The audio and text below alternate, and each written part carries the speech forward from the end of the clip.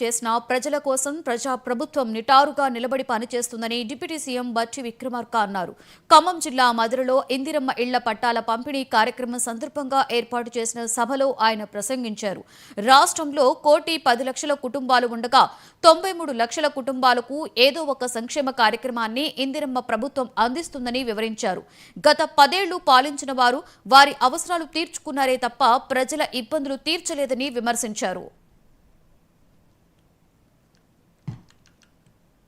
10 సంవత్సరాలు double bedroom నిలుస్తామని ఇల్లు లేని పేదవాళ్ళకి ఆ కుటుంబంలో ఉన్నటువంటి ముసలి వాళ్లకు పిల్లలకు ఆశ చూపించి 10 ఏళ్లు వాళ్ళ ఓట్లు పొందడం కోసం ప్రయత్నం చేశారు తప్ప వాళ్ళకి ఇల్లు కట్టించాలనేటువంటి ఆలోచన మాత్రం ఏమాత్రం చేయలేదు.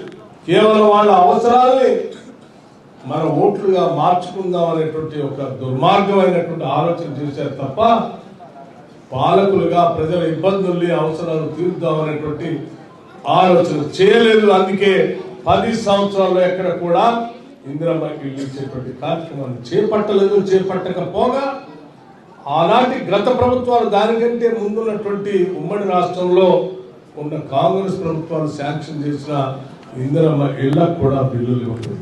పేదవాళ్ళు ఏమైపోయినా పర్వాలేదు, వాళ్ళకి ఇల్లు లేకపోయినా పర్వాలేదు, వాళ్ళు ఏ ఇబ్బందులు పడ్డా పర్వాలేదు, మనం మాత్రం పాలకులుగా విలాసవంతమైనటువంటి జీవితాన్ని మనం మాత్రం పాలకులుగా ఈ రాష్ట్రంపై దోపిడీ చేసుకున్నటువంటి